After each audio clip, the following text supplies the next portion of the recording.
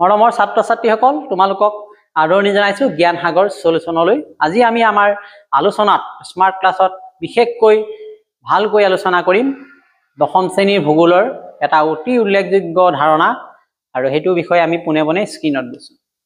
গতিকে আমাৰ অতি পৃথিৱীৰ যি ভূগোলৰ যিটো পাঠ আছে তাত এটা আমি ভৌগোলিক অঞ্চলৰ কথা পাওঁ, বিশেষকৈ এন্ডিছ পৰ্বতমালাৰ কথা পাওঁ। গতিকে এন্ডিছ পৰ্বতমালাৰ বিষয়ে কিছুমান তথ্য তোমালোকক এই ভিডিঅ' যোগেদি দাঙি ধৰিব বিচাৰিছো আৰু এই তথ্যখিনি তোমালোকে মনত ৰাখিবা যাতে পৰীক্ষাত আহিব পৰা যিকোনো প্ৰশ্ন উত্তৰ কৰাত সহায়ক হয়।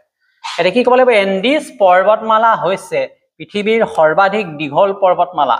ই দক্ষিণ আমেৰিকাৰ মহাদেশৰ পশ্চিম অংশত অৱস্থিত। প্ৰথম কথা, এন্ডিছ পৰ্বতমালা পৃথিৱীৰ আটাইতকৈ দীঘল পৰ্বতমালা। ই ক'ত আছে? দক্ষিণ আমেৰিকাৰ পশ্চিম অংশত আছে। অৱস্থান ইয়াৰ উত্তৰে পানামা যুঁজক আছে,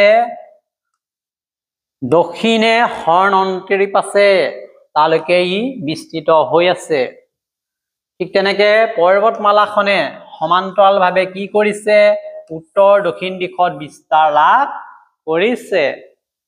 দৈৰ্ঘ্য আৰু উচ্চতা যদি আমি চাওঁ যে এন্ডিছ পৰ্বতৰ দৈৰ্ঘ্য আৰু উচ্চতা কিমান? মুঠ দৈৰ্ঘ্য প্ৰায় 8000 কিলোমিটাৰ। ই পৃথিৱীৰ দীৰ্ঘতম পৰ্বতমালা। ইতিমধ্যে আমি গম পাইছো উচ্চতাৰ স্থানৰ পৰা ই পৃথিৱীৰ আকৌ দ্বিতীয় সৰ্বাধিক উচ্চ পৰ্বতমালাও। এই কথা তোমালোকে মনত ৰাখিবা। আৰু ইয়াতে উচ্চতম শৃংগ আছে। এন্ডিছ পৰ্বতমালাৰ সৰ্বোচ্চ শৃংগটোৰ নাম হৈছে একানকাগুৱা। গতিকে এইটো তোমালোকৰ অতি দৰকাৰী বস্তু, একানকাগুৱা। আৰু ইয়াৰ উচ্চতা 6961 মিটাৰ, প্ৰায় 22838 ফুট হিচাপত। গতিকে তোমালোকে ইমান ধুনীয়া তথ্য লাভ কৰিছা, অলপমান ভালকে মনোযোগ দি শুনিবা। ইয়াত অতি উল্লেখযোগ্য কেইটামান অঞ্চল আছে।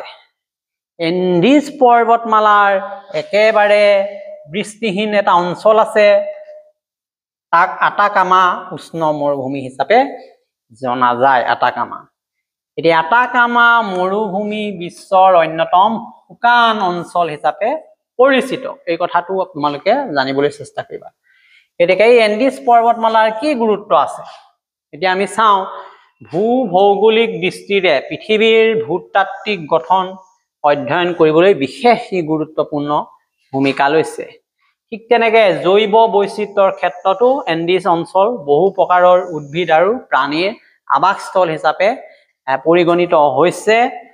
আনহাতে বৰ্তমান সময়ত যিটো পৰ্যটনৰ ক্ষেত্ৰ, এই পৰ্যটনৰ ক্ষেত্ৰত একানকাগুৱা আৰু আটাকামা মৰুভূমিয়ে বিশ্বৰ পৰ্যটকসকলক আকৰ্ষণ কৰিবলৈ সক্ষম হৈছে, যি নেকি সেই দেশৰ অৰ্থনীতিত সহায়ক হৈছে। এতিয়া আমি সংক্ষেপতে কি ক'ব পাৰিম যে এন্ডিছ পৰ্বতমালা হৈছে দক্ষিণ আমেৰিকাৰ পশ্চিম প্ৰান্তত অৱস্থিত পৃথিৱীৰ সৰ্ববৃহৎ, দীঘল আৰু দ্বিতীয় সৰ্বাধিক উচ্চ পৰ্বতমালা। ইয়াৰ একানকাগুৱা আৰু এইটো শৃংগ হয়, আটাকামা যিখন মৰুভূমি হয়, বিশ্বব্যাপী খ্যাত। গতিকে মৰমৰ ছাত্ৰ ছাত্ৰীসকল, খন্তেকতে 2 মিনিট 3 মিনিটতে আমি কেইবাটাও গুৰুত্বপূৰ্ণ তথ্য লাভ কৰিলো। ইয়াৰ ওপৰত কেনেকুৱা প্ৰশ্ন আহিব পাৰে তোমালোকে চাবা। আমি বিশেষকৈ এনেকুৱা প্ৰশ্ন কিছুমান লৈছো, যেনেকে এন্ডিছ পৰ্বতমালা ক'ত অৱস্থিত আহিব পাৰে, এন্ডিছ পৰ্বতমালাৰ দৈৰ্ঘ্য কিমান আহিব পাৰে, ইয়াৰ সৰ্বোচ্চ শৃংগ কোনটো আৰু ইয়াৰ উচ্চতা কিমান, আটাকামা মৰুভূমি ক'ত অৱস্থিত আৰু কিয় বিখ্যাত, এই কথাখিনি তোমালোকৰ বাবে জৰুৰী। গতিকে ছাত্ৰ ছাত্ৰীসকল, আজি আমি ভূগোলৰ এটা অতি গুৰুত্বপূৰ্ণ ভৌগোলিক এলেকা হিচাপে, এটা ভূ অৱয়ব হিচাপে এন্ডিছ পৰ্বতমালাৰ বিষয়ে পঢ়িলো।